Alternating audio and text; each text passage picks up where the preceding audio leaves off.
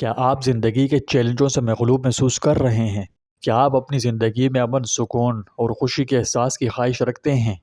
یقیناً میں آپ کو سوچتے ہوئے محسوس کر سکتا ہوں کہ ہاں، تو میں آپ کے حوصلوں میں جان پیدا کرنے، انہیں بلند کرنے اور آسمانوں تک لے جانے کے لیے چاہتا ہوں۔ کیا آپ ایک ایسی زندگی کا تصور کریں جہاں آپ کی پریشانیاں برف کی مانند پگھل جائیں، جہاں خوشیاں آپ کے دل میں دریا کی طرح بہتی ہو، اور جہاں آپ پہلے سے کہیں اور کہیں زیادہ خود کو اللہ کے قریب محسوس کریں۔ اس کے لیے آج میں ایک بہت ہی سادہ لیکن انتہائی طاقتور عمل کیا جادوئی چھڑی بلکہ صدیوں پرانے مدفون خزانوں میں سے ایک انمول خزانہ شیئر کرنے جا رہا ہوں، جو آپ کی زندگی میں یہ سب کچھ اس طرح لا سکتا ہے جیسے کوئی خواب ہو۔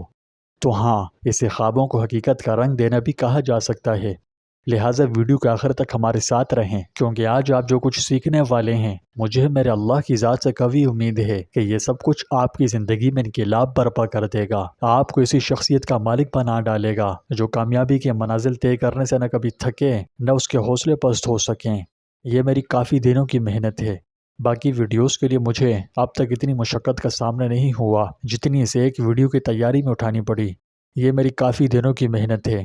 ایڈیٹنگ میں نے کوئی مہارت نہیں دکھائی، یہ وقت کا فضول ضیاع ہے، بلکہ اصل خزانہ ہیرے جواہرات ڈھونڈنے، انہیں نکھارنے اور ایک مختصر ویڈیو کی صورت میں پیش کرنے نے مجھے کافی مشقت میں ڈالا۔ امید ہے میری یہ محنت رائگاں نہیں جائے گی، آپ کی زندگی میں خوشیوں کے رنگ بکھیرے گی۔ پیارے دوستوں، ہمارے چینل پر دوبارہ خوش آمدید، جہاں ہم انسانوں کی دنیا و آخرت کی کامیابی کے لیے اسلام کی پیاری اور خوبصورت تعلیمات شیئر کرتے ہیں۔ آج ہم ایک ایسی انمول چیز پر بات کرنے جا رہے ہیں، اگر اسے سمجھ کر، اس کی قدر پہچان کر اور اسے خلوص نیت سے اپنا کر اپنی زندگی میں سانس کی مثل شامل کر لیں تو دنیا کی زندگی میں ہی جنت کی خوشی نصیب ہو سکتی ہے۔ اس کی برکت سے آپ کی پریشانیاں ایسے دور ہوں گی جیسے پہلے کبھی تھی ہی نہیں۔ اللہ سبحانہ و تعالیٰ آپ کو خوشحالی اور دنیا و آخرت کی کامیابی سے نوازے گا۔ یہ بہت طاقتور عمل ہے جو حقیقی معنوں میں آپ کی زندگی کو پہلے سے بہت بہتر بنا سکتا ہے، اور یہ عمل ہے اللہ کی خاطر سب سے حسن اخلاق کا معاملہ اختیار کرنا۔ اور ہاں، یہ کمزوری نہیں، طاقت ہے۔ تو ہماری آج کی ویڈیو کا عنوان ہے ایک زبردست اور انتہائی طاقتور عمل جو آپ کی زندگی میں خوشیوں، برکتوں اور مسرتوں کا سیلاب لے آئے گا انشاءاللہ۔ پیارے دوستوں، اللہ کی رضا کے لیے سب سے حسن اخلاق کا معاملہ اختیار کرنا ایک سادہ لیکن انتہائی طاقتور تبدیلی کا عمل ہے۔ یہ ہماری زندگیوں میں امن و امان، سکون و اطمینان، راحت و آرام، خوشی اور لامتناہی نعمتوں سے بھری زندگی کو کھولنے کی کلید ہے۔ لیکن حسن اخلاق کا اصل مطلب کیا ہے، اور یہ ہماری زندگیوں میں اتنی گہری تبدیلیوں کا باعث کیسے بن سکتا ہے؟ آخر اس میں اللہ سبحانہ و تعالی نے اتنی پاور، اتنی طاقت کیوں رکھی ہے؟ اس میں زندگیوں کو بدلنے والی برکات رکھنے کے پیچھے کیا حکمتیں ہیں، اور ہم اسے اپنی زندگیوں میں کیسے شامل کریں؟ آئیے مل کر اس کا جائزہ لیں۔ حضرت ابو ہریرہ رضی اللہ عنہ سے روایت ہے، حضور نبی کریم صلی اللہ علیہ وسلم نے فرمایا، اللہ تعالیٰ قیامت کے دن فرمائے گا، میری عظمت کی خاطر ایک دوسرے سے محبت کرنے والے لوگ آج کہاں ہیں کہ میں انہیں اپنے سائے میں جگہ دوں، کیونکہ آج میرے سائے کے علاوہ کوئی اور سایہ نہیں ہے۔ پیارے دوستوں، حسن اچھائی اور خوبصورتی کو کہتے ہیں، جبکہ اخلاق خلق کی جمع ہے، جس کے معنی ہے رویہ، برتاؤ، عادت۔ یعنی لوگوں کے ساتھ اچھے رویے یا اچھے برتاؤ یا اچھی عادات کو حسن اخلاق کہا جاتا ہے۔ اگر نفس میں موجود کیفیت ایسی ہو کہ اس کے باعث عقلی اور شرعی طور پر پسندیدہ اچھے افعال ادا ہوں تو اسے حسن اخلاق کہا جاتا ہے، اور اگر عقلی اور شرعی طور پر ناپسندیدہ برے افعال ادا ہوں تو اسے بد اخلاقی سے تعبیر کیا جاتا ہے۔ خوشحالی کے لیے، کامیابی کی بلندیوں کو چھونے کے لیے اچھے اخلاق صرف اپنوں تک محدود نہ ہوں، بلکہ اگر حقیقی معنوں میں خوشحالی اور کامیابی چاہتے ہیں تو ہر خاص و عام کے ساتھ حسن اخلاق سے پیش آئیں۔ آگے میں آپ کو یہ بھی بتاؤں گا کہ کیسے کفری طاقتوں نے ہم سے ہمارے یہ قیمتی ورثہ چھیننے کے لیے خفیہ طور پر گیم کھیلی اور ہمارے دلوں میں اس عظیم الشان، عظیم البرکت، انتہائی قیمتی اور انمول عمل کے خلاف نفرت پیدا کر دی۔ ان کی خفیہ مشن کاری نے آج ہماری یہ ذہنیت تخلیق کر دی ہے کہ اچھے اخلاق والا انسان گدھا ہے۔ یہ جو اچھے اخلاق والا انسان ہے وہ دنیا میں ترقی نہیں کر سکتا۔ یہ جو اچھے اخلاق والا انسان ہے وہ اسے ہر کوئی اپنے مفاد کے لیے استعمال کرتا ہے، وہ ہر جگہ اپنے اچھے اخلاق کی وجہ سے مار کھا جاتا ہے، وغیرہ وغیرہ۔ اور اس کے خلاف انہوں نے بد اخلاقی کو بطور اعلیٰ شخصیت کے پیش کیا۔ عوام کی ذہنیت میں یہ خرابی پیدا کر دی ہے کہ اخلاق ایک بری اور بیکار چیز ہے، جبکہ بد اخلاقی اچھی اور بہت بہترین چیز ہے۔ لا حول ولا قوت الا باللہ۔ اور اس ناپاک مشن کے لیے انہوں نے ہر دور میں ہر چیز کا سہارا لیا۔ آج کل اس ایٹیٹیوڈ کا نام دیا جاتا ہے، یعنی آج بد اخلاق شخص خود کو برا کہنے اور اپنی اصلاح کرنے کے بجائے اس خبیث اور شیطانی فعل پر فخر کرتے ہیں، اس لعنت کو ایٹیٹیوڈ سمجھتا ہے۔ یہ ایک لمبی بحث ہے، آگے اس پر تفصیل سے بات کروں گا، بس مختصراً اتنا بتانا ضروری سمجھتا ہوں کہ اگر اچھے اخلاق کتنی ہی بری، اتنی ہی حقیر شے تھی، تو پھر قرآن نے وجہ کائنات سرکار دو عالم صلی اللہ علیہ وسلم کی شان میں کیوں فرمایا وَإِنَّكَ لَعَلَىٰ خُلُقٍ عَظِيمٍ، اور یقیناً تم اخلاق کے اعلیٰ درجے پر ہو۔ حضرت صلی اللہ علیہ وسلم نے فرمایا مجھے اس کام کے لیے بھیجا گیا ہے کہ میں اعلیٰ اخلاق کی تکمیل کروں۔ ہمارے نبی صلی اللہ علیہ وسلم نے اچھے اخلاق کے لیے محنت فرمائی، اسے عام کرنے کی جدوجہد کی، اس کے بڑے فضائل ارشاد فرمائے، اور ہم اس عظیم الشان عظیم البرکت عمل کو حقیر سمجھ بیٹھے۔ اللہ ہماری خطاؤں کو معاف فرمائے۔ حضور صلی اللہ علیہ وسلم کے نزدیک حسن اخلاق کی اتنی اہمیت تھی کہ اپنے لیے حسن اخلاق کی دعائیں کیا کرتے تھے کہ اے اللہ تو نے میری بناوٹ کو سنوارا ہے تو میرے اخلاق کو بھی سنوار دے، اور بد اخلاقی سے بچنے کی بھی توفیق مانگتے تھے، اور یہ دعا کرتے اے اللہ میں آپ کی پناہ مانگتا ہوں برے اخلاق، برے اعمال اور بری خواہشات سے۔ آپ صلی اللہ علیہ وسلم نے فرمایا تم میں سب سے بہتر وہ شخص ہے جس کے اخلاق زیادہ اچھے ہوں۔ حضور صلی اللہ علیہ وسلم نے فرمایا تم سب میں مجھے سب سے زیادہ محبوب اور قیامت کے دن میرے سب سے زیادہ قریب وہ لوگ ہوں گے جن کے اخلاق زیادہ اچھے ہوں گے۔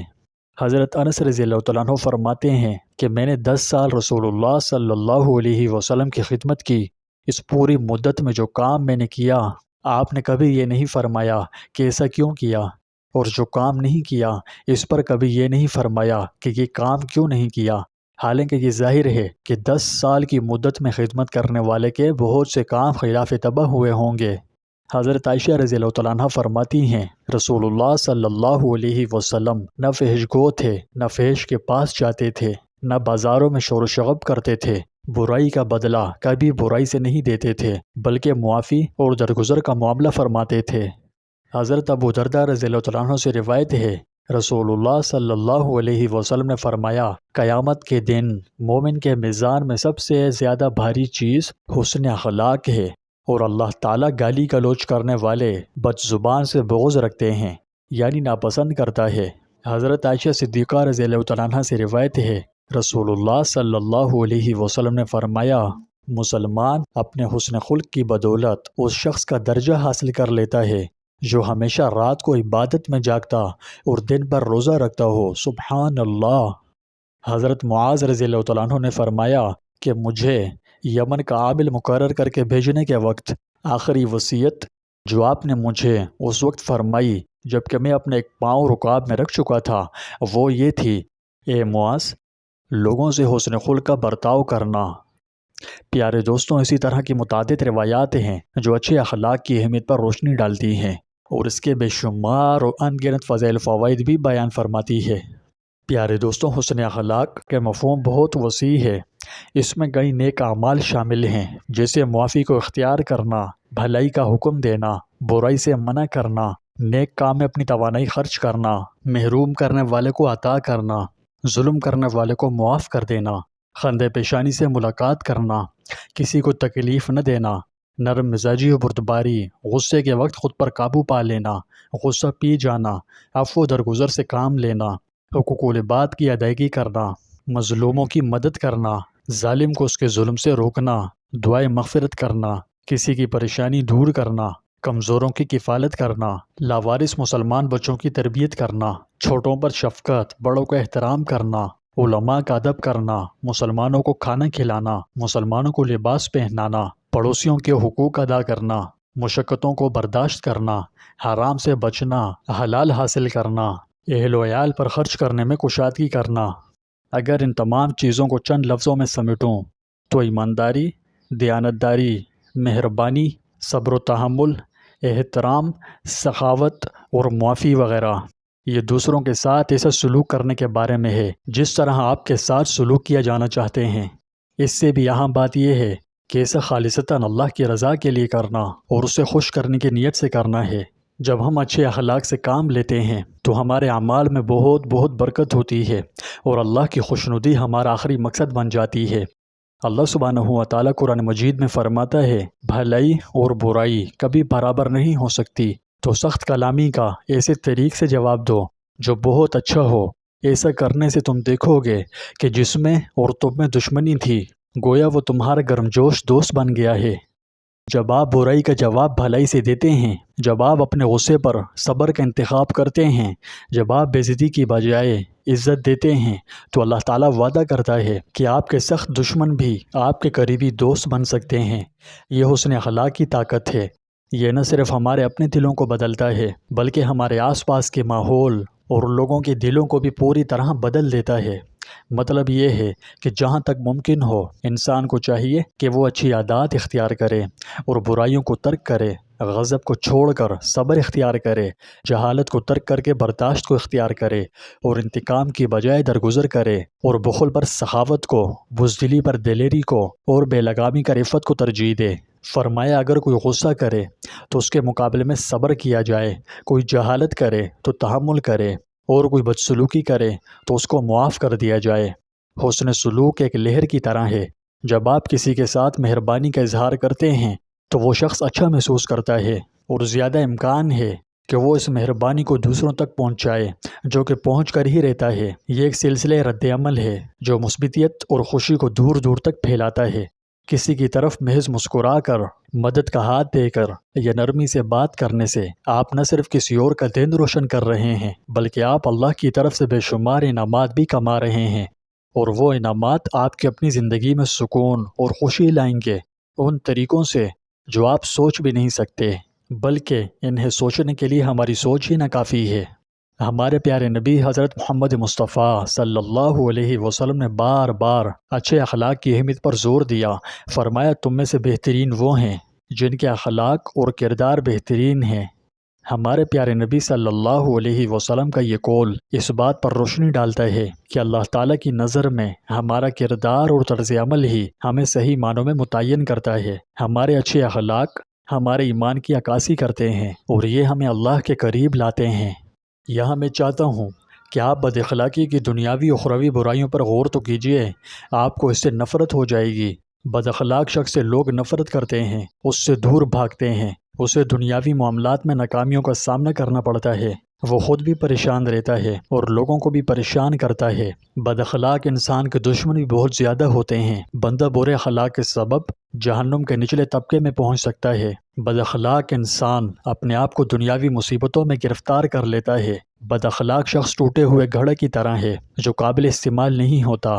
یاد رکھیے، اللہ کی رضا کے لیے اچھے اخلاق کو اپنانا ایک طاقتور عمل ہے جو آپ کی زندگی کو پوری طرح بدل دے گا۔ یہ آپ کے لیے خوشی کا سیلاب لائے گا اور آپ کی پریشانیوں کو اسے دور کرے گا جیسے پہلے کبھی پریشان ہوئے ہی نہیں۔ سو ایک چھوٹی سی تبدیلی کر کے آج ہی شروع کریں اور سب کے لیے مہربان بنیں، صبر کریں، احترام کا مظاہرہ کریں۔ یہ سب اللہ کی رضا کے لیے کریں اور پھر دیکھیں کہ آپ کی زندگی کیسے بدلتی ہے۔ انشاءاللہ آپ آزما کر دیکھیں اور اپنا تجربہ ہم سے شیئر کرنا نہ بھولیں۔ آئیے مل کر اچھے اخلاق کی خوشبو سے دنیا کو معطر کریں اور اس خوبصورت پیغام کو دنیا بھر میں عام کریں۔ اللہ ہماری کوششوں میں اخلاص پیدا فرما کر امت کے لیے نفع کا ذریعہ بنائے۔